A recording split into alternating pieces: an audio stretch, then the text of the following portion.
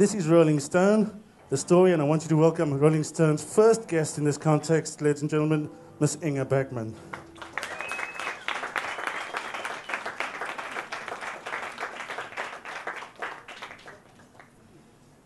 Welcome, Inge. Thank you very much for being our first guest. Oh, thank you for inviting me.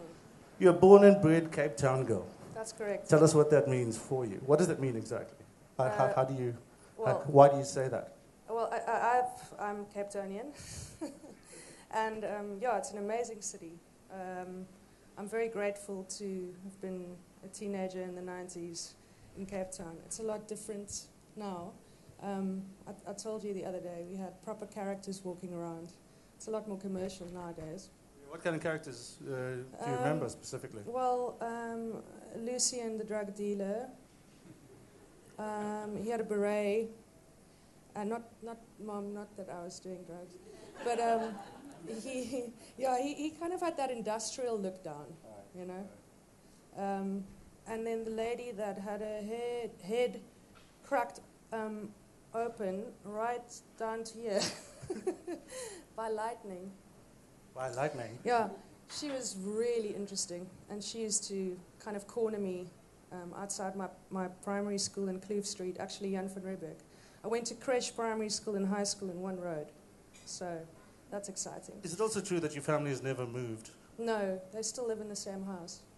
That so you were born in? I never had to deal with that anxiety. Obviously, when I got older, I moved out. But there was a fashion woman too, wasn't there? Oh yeah, the fashion critic. She used to wear monocolors and all acid-colored stuff, like pinks and greens and yellows. And she had a black wig. She kind of looked like olive oil, a little bit like olive oil.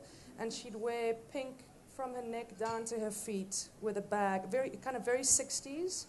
And someone told me that she worked for Cosmopolitan, like years ago, like back in the day. I don't know if that's true, because she'd have to have a critique her, possibly. But she was cool to look at.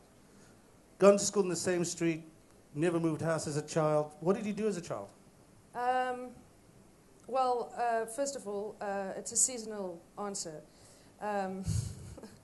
Winter is my favorite season, so I'm very comfortable right now. My mom might remember this, but I used to wait for it to rain, and I'd put on my raincoat, and I'd head up.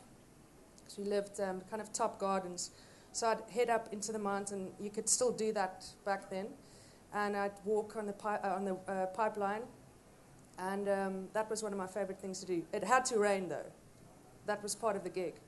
Boots, jacket, and I also had a very stupid kite, and I used to wait for the southeaster to do its job, and I'd run all the way up Maltina and run down with the kite. I don't know. I just did kid stuff. And then, like, cool memories, like, in summer my dad would catch crayfish. And it was also, Cape Town is just absolutely beautiful. I'm still, the mountain, after all these years, I'm still not used to it. It's so beautiful. And so, you know, on an aesthetic level, Cape Town was amazing. In talking to some of the people that might have known you back then, including yourself, of course, there used to be it turns out you have a bit of a caring side. Yes. You certainly did as a child. A nurturing side, I had a sidekick, though. I don't know, the last time I saw this guy, he looked like the missing member of Cradle of Filth. But back in the day, he kind of reminded me of Macaulay Culkin in not Bad Son, not that one, not Good Son, sorry. Bees Dead, My Girl. He looked exactly like that, like Macaulay Culkin, and he had the same glasses and everything. And we had this bug pigeon thing happening. So we used to save pigeons, and then I'd take it home. And because my dad grew up on a farm, he would teach me how to feed the pigeon by putting Pronutro in my mouth. And then the bird would pick the Pronutro out of my mouth. And then when I got a little older, I realized how disgusting that was, and that I could have, you know, contracted a couple of diseases. But still, I like that. And then one day I came home, and my mother was weird, and I went outside and I saw feathers Oh, and we also had a dominee that lived opposite the house, and he went on holiday, and he made us look after his parrot. And we had this parrot, and the parrot was a bit of an asshole, actually. I didn't like the fucking parrot. And then one night, in the middle of the night, actually, I gave it avo. And I gave it avo. Avocado. Sorry, it was me. I gave it avo, and then in the middle of the night, we heard, "Oh!" And then the next morning, it was dead. You suspect you killed it? Well, I think I only found out about the avo thing, but I mean, I had good intentions. I wanted to, change up its diet a bit. I mean, Okay. But then as a child. But Yeah. No. Go on here. No.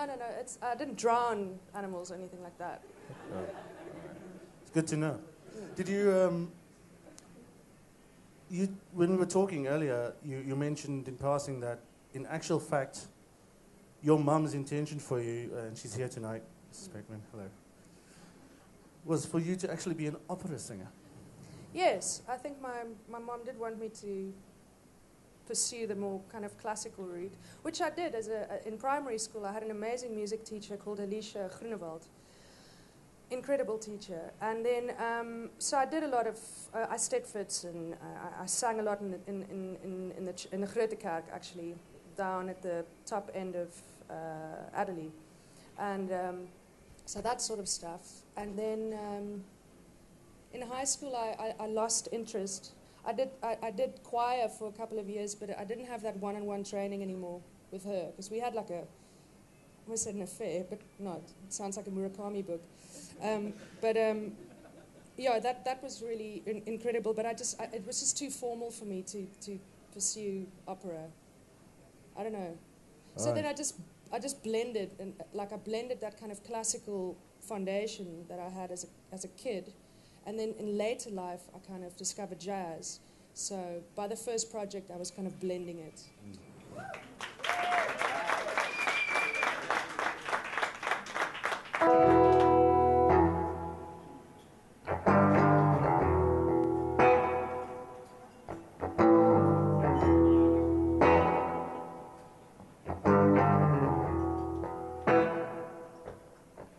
Send her in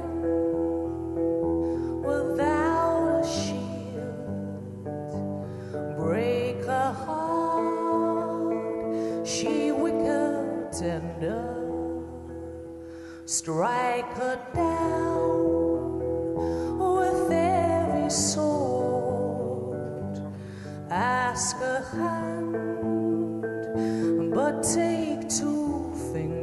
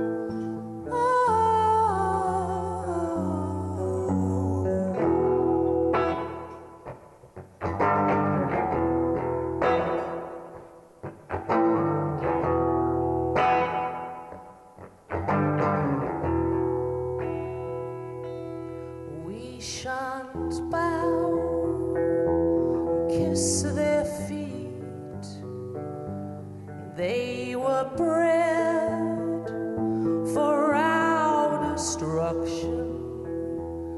sew them up and cast them in